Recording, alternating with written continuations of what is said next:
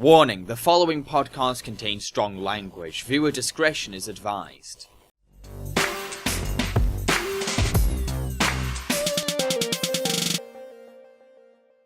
Howdy folks, and welcome to another episode of Babblegum. My name is Jambareeqi, and I'm joined with Rare Light. Hi! And Reverse Soda. I'm not here. So we're going to discuss toys. Okay, you know how My Little Ponies look weird now? Yeah. Well, back in the day, I played with the first generation toys and they looked normal. Now they terrify me. First freaking generation. Maybe it was second generation, but it was like the 1980s version. That's what I played with.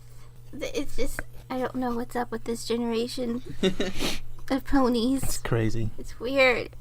Did you grow up with any kind of like weird dolls? You know, like how they have all these kinds of dolls that shit, poop, and vomit. Do you have any one of those? I didn't play with those. I was into Barbie. Alright. No, but I did have one doll where it was supposed to feel like a real baby, but I didn't play with it much. Scared you too much. No, because you fill it up. It sounds really weird now, but back in the day I was like, whoa, that's awesome. But you fill it up with really hot water or warm water or something. It's supposed to feel like a real baby would. Yeah, I know. It sounds creepy now. It's so weird. I didn't play with it very long because I just wasn't that type of thing. I wasn't into that type of thing, so I went back to my Barbies after that. I'm not interested in simulating real life. Okay, so I never really played with toys. In fact, I was actually afraid of them. Ever since Toy Story, when I was a kid, like toys coming to life and stuff, that always give me nightmares. So I have this one toy, a Furby, and I will never forget it. So I had this thing called Furby. Go on. Okay, so I had this Furby, and at first it's like, oh, okay, it's nice and cute, and wakes me up and just say good night and stuff. Because you know the first generation Furby has an alarm clock, and it tells you like, oh, time to wake up, and then time to go to sleep. Oh, it's lunchtime. I'm like, okay, cool. So one day, I guess the battery was running out, and it started talking weird. It's like making this weird noise, like weird clicking noise. And this was like the middle of the night, like around like 3 a.m. And it was like making this weird like clicking noise. I woke up. I remember they did that. I wasn't freaked out, but I was like, at first, like, oh, okay, the battery's dying, so I got to change the new battery. So I took out the batteries and put it on top of my TV and went back to bed. A few minutes later, it started making noise, like, you know, the wheels turnings and stuff with the wing flappings, the sound effects. And I'm like, what the fuck? and then the Furby was talking in a like a weird demonic voice, like, time to wake up. That's the perfect thing for it to say in that voice.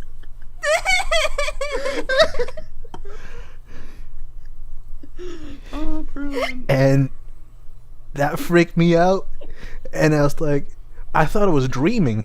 No, well, first I was like, oh, okay, I must be dreaming. I'm just having a nightmare because I had too much food, I guess. I don't know what's going on. I stared at Furby for a while. Nothing. Went back to bed. And then all of a sudden the Furby was like started moving like in circular motions and it fell off the TV.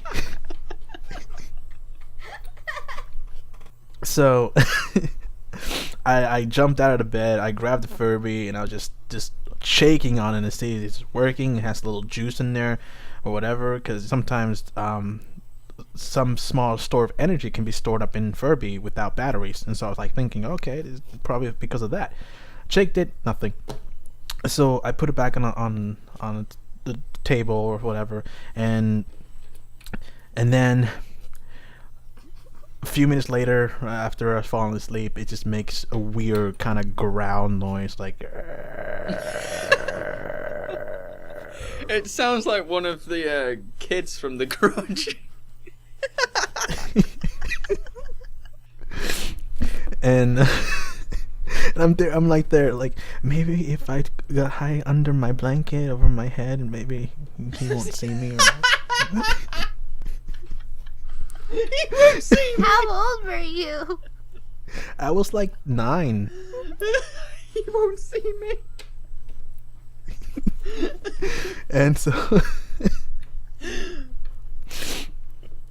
so like I finally took it to Furby. I opened the window and I chuck it out at the cold snow. and then like the next day my mom's like, look what I found outside. And I screamed, no, that thing is alive.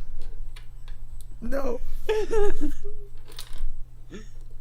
Because my mom thought like, oh, you probably playing outside and stuff. You probably left it outside. Like, no, I threw it outside. Oh, you threw it outside?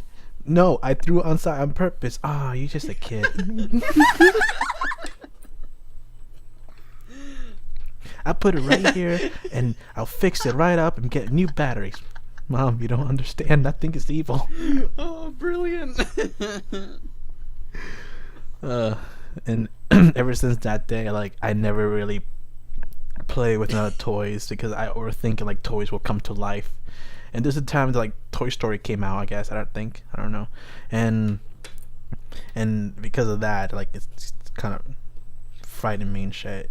So there you have it, my Furby childish horror.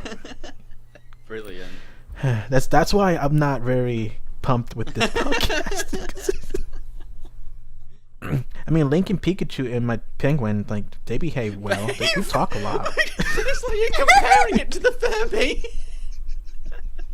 That's your standards for toys. As long as they don't tell you to wake up in a creepy voice or start spinning around, then it's fine. Yeah. Oh! I forgot one thing when I was picking it up after the third time. When I picked it up, the Furby's like, hug me. That's amazing.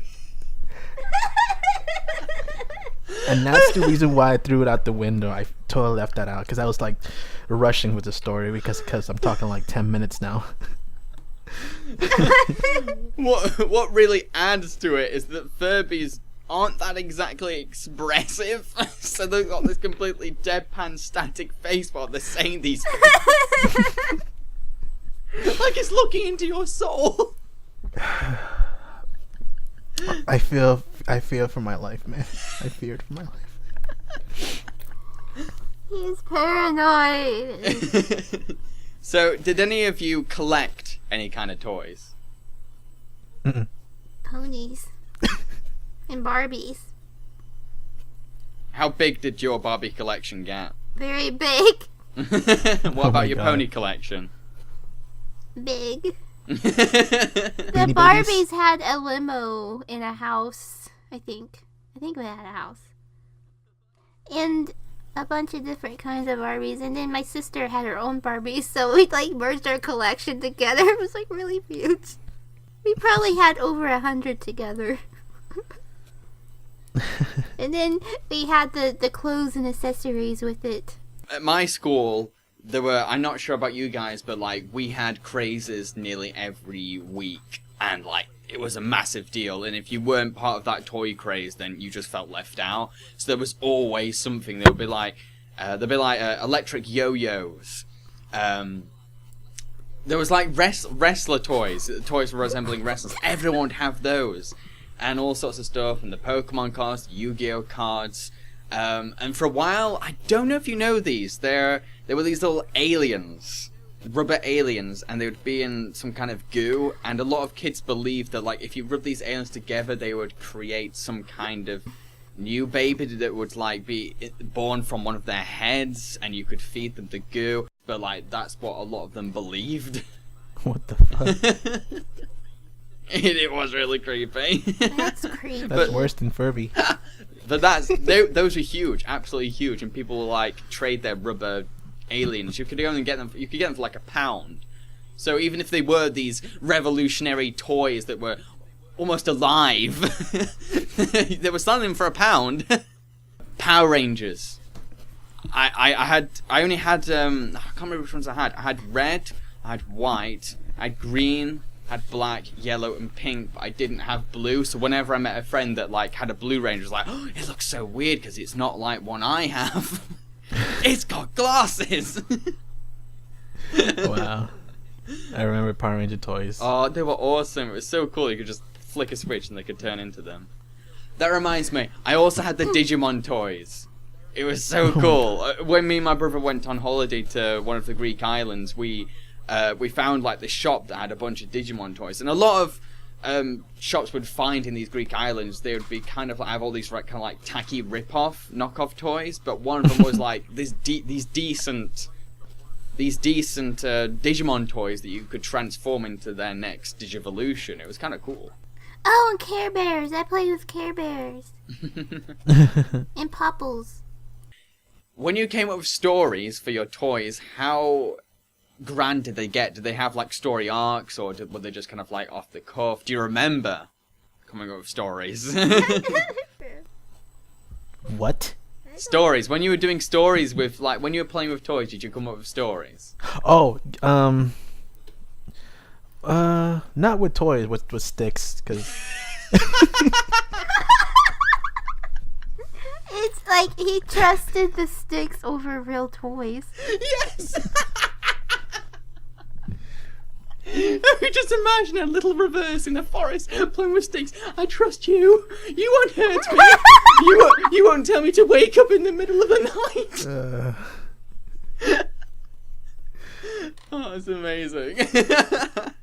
So when I played with toys, they were very big, adventurous stories, and I kind of pretended that I was doing a TV show. And they were going for ages and ages. Each day I would do like a new episode, and like there was all these different characters. It mainly focused on the Power Rangers, and the villain was a gargoyle, and it got really, really, really big. And I even made spin-off kind of shows. I made a movie. Just one kid by himself in his bedroom coming up with all these kinds of franchises. Oh my god! It was so much fun. Yes. Did you actually film it? No. I just pretended this is the movie. This is where the TV show is going. This is the spin-off. And I think there was like 9 sequels or something. It was so cool. Okay, so that's all we have time for. I hope you enjoyed listening to us. I've been Jambareeqi. And I'm Reverse Soda. I'm Rare Light. Cheerio, guys.